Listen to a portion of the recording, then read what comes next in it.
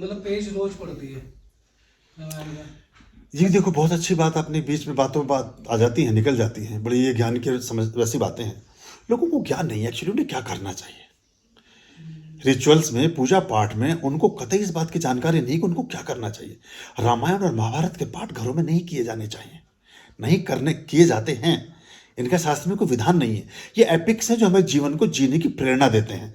ये महापुरुषों के ऐसे कृत्यों की एक गाथा है जो हमें जीवन को जीने के संघर्ष के पथ पर अग्रसारित करती है। लेकिन रामायण और महाभारत में शुद्धतम स्वरूप में संघर्षों की ही तो कथा है, लड़ाइयां ही तो हैं।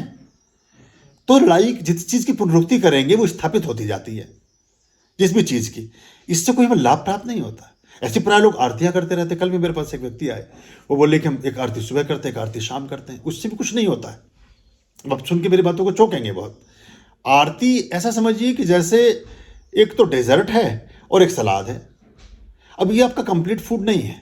जीवन में जो स्तोत्रम है, जो सूक्त हैं, जो पाठ हैं, जो मंत्र हैं, जो वो पूरा का पूरा, वो उनमें फिर उनके अगन्यास है, करन्यास है, विनियोग है, संकल्प है, वो सारा का सारा वो हमारे जीवन को फलित करता है। उससे हमारे जीवन में अच्छे परिणाम आने प्रारंभ हो जाते हैं। अब रामायण तो एक कहानी है जो आप सुन और पढ़ रहे हैं, अच्छी है, उसको करिए, लेकिन वो आपकी पूजा पाठ नहीं है। आप समझे मेरी बात को? वो पूजा पाठ नहीं है। ऐसा समझिए जैसे आप दिल्ली से चलकर आए मसूरी तक, ये यात्रा वृतांत आप एक लेख के रूप में लिख लें, इसका लेख लिख लें और उसे किसी को देने, या किसी देव स्थान पर आप गए, आप चार धाम की यात्रा पर गए, दिल्ली से चले, आपने उसका यात्रा वृतांत लिखा, एक पूरा का पूरा आपने ट्रेवलॉग लिखा, उसका ट्रेवल का ब्लॉग बनाया और वो किसी को दे दिया, उसे चार धाम की यात्रा नहीं होगी, उससे सिर्फ चार धाम के संबंध में जानकारियां प्राप्त होंगी।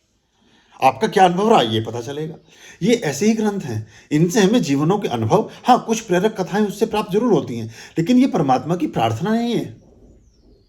हम सोचते हैं इससे राम जी की कोई हम स्तुति कर रहे हैं, नहीं, बिल्कुल नहीं कर रहे हैं।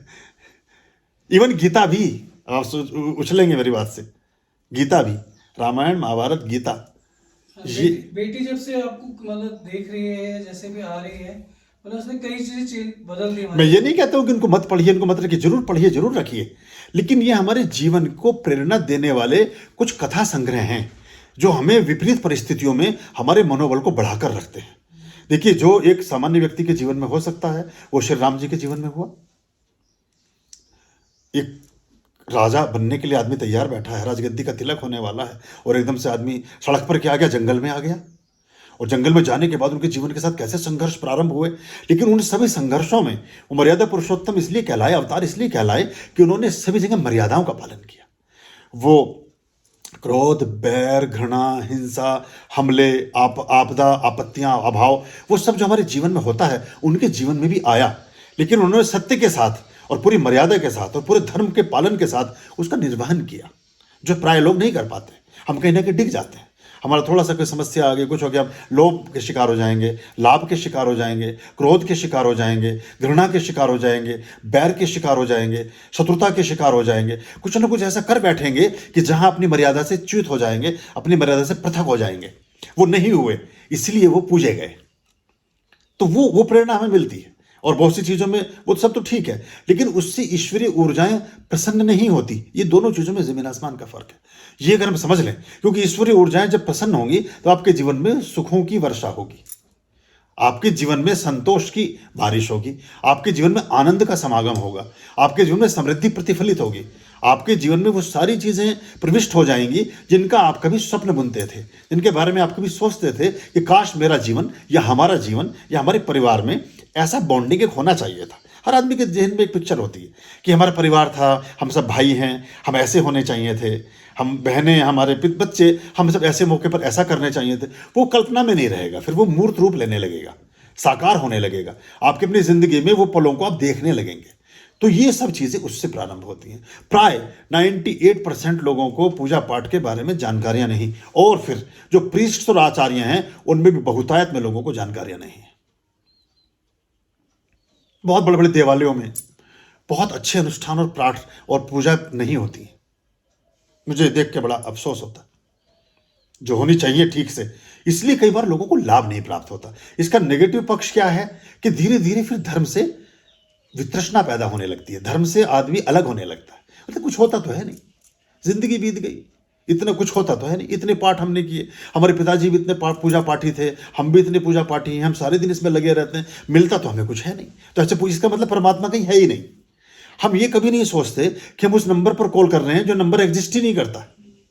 हम मैसेज ऐसी जगह भेज रहे हैं जो टेलीफोन, जो नंबर मोबाइल है ही नहीं अलॉट कहीं।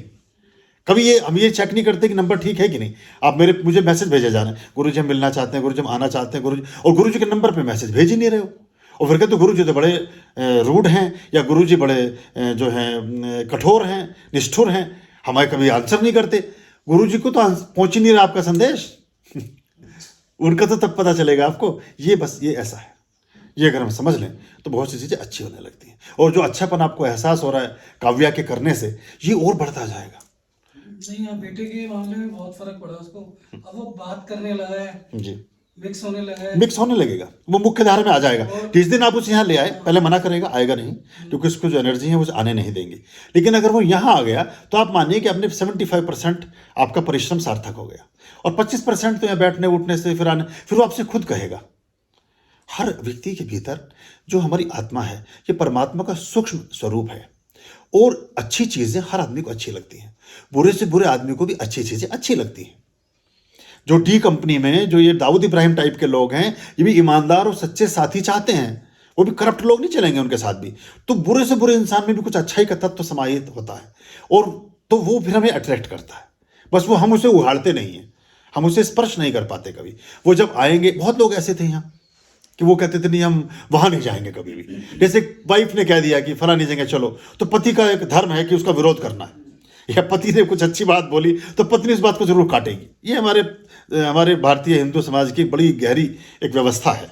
तो उस पता नहीं कहाँ से पैदा हो गया ये चीज़। बस उसको, उन्हें पूजा पाठ से कोई एतराज़ नहीं है, आपकी चॉइस से एतराज़ है बस, क्योंकि आपने उनकी बहुत बार बातें काटी हैं या उन्होंने आपकी काटी हैं। तो वो हम जो मन में हमारे कहीं साइकोलॉजिकली एक दुर्भाव या दुर्वैर रहता है, उसको हम इस तरह से पूरा करते हैं। तुमने कहा ना इसलिए नहीं जाएंगे, बस वैसे चले जाएंगे। तो अगर वो कभी आ गए तो समझिए कि सारी क्लीनिंग ही हो गई, सब अच्छा ही हो जाएगा। आना मुश्किल होगा, पर आ जाएंगे तो सब ठीक होगा।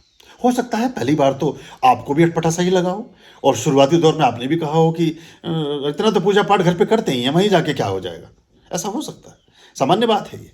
लेकिन जब आप आए होंगे और यहाँ से जब आप लौटेंगे, तो आप समय से पूर्व और समय से पश्चात दो कालखंडों के अनुभव को ले रहे होंगे। जब आप जाएंगे तो आप अलग तरह के इंसान होंगे, जब आए थे तो अलग तरह के थे, और जिस दिन आप किसी बड़े अनुष्ठान में बैठ गए तो बिल्कुल ही डिफरेंट अनुभव होगा आपको। और आपको ये भी समझ आएगा, इसलिए मैं सारे लोगों को बोलता हूँ ज्यादा अनुष्ठानों में बैठिए, आपको ये पता चलेगा कि पूजा पाठ का तौर तरीका है क्या, ठीक से चीज़ों को किया कैसे जाता है। और हम तो चाहते हैं हर व्यक्ति सीखे, हर व्यक्ति होता बने, हर व्यक्ति पुरोहित हो, हर व्यक्ति पृष्ठ हो। कोई जरूरत नहीं है किसी दलाल की, एजेंट की आपको बीच में। सीधी परमात्मा से अपनी बात स्वयं कहिए, क्या आवश्यकता है। हर घर में हवन हो, अब करते हैं ना, मधु कर रही है, ये भेजती है फोटो, कभी कभी वो अश्विनी कर रहा है, और लोग कर रहे हैं, सब बच्चे धीरे धीरे सीख रहे हैं। भाई यही हमारा उद्देश्य है, और वो अच्छा होने लगेगा। फिर आपके जीवन में सब अच्छा होता रहे, फिर आप आश्रम भी ना आए, कोई जरूरत नहीं है, अपने मौज लें वहीं जहाँ हैं। लेकिन इसका उल्टा होता है, फिर आप और ज़्यादा आते हैं ये तो ठीक है, कोई बात नहीं, हम तो बैठे हैं, पर ये ऐसा कर लें इसको। तो स्तोत्र से बात शुरू हुई थी, आपने कहा कि वो रामायण पढ़ती हैं। रामायण में पढ़ें, पर रामायण से कुछ हमें कॉस्मिक लाभ नहीं मिलता, जानकारी मिलती, वो सूचना में और ज्ञान में बड़ा जमीन आसमान का फर्क है। प्राय हम सूचनाओं को ही ज्ञान समझ लेते हैं। ऐसे ही बहुत सारे वृत्तांत में और आराधना में और प्रार्थना में बहुत जमीन आसमान का फर्क है। लेकिन हम वृत्तांत को ही प्रार्थना समझ लेते हैं, प्रेयर समझ लेते हैं। आर्यं शरणं शुभमस्तु, संभव करणं अरमस्तु। आर्यं शरणं शुभमस्तु, संभव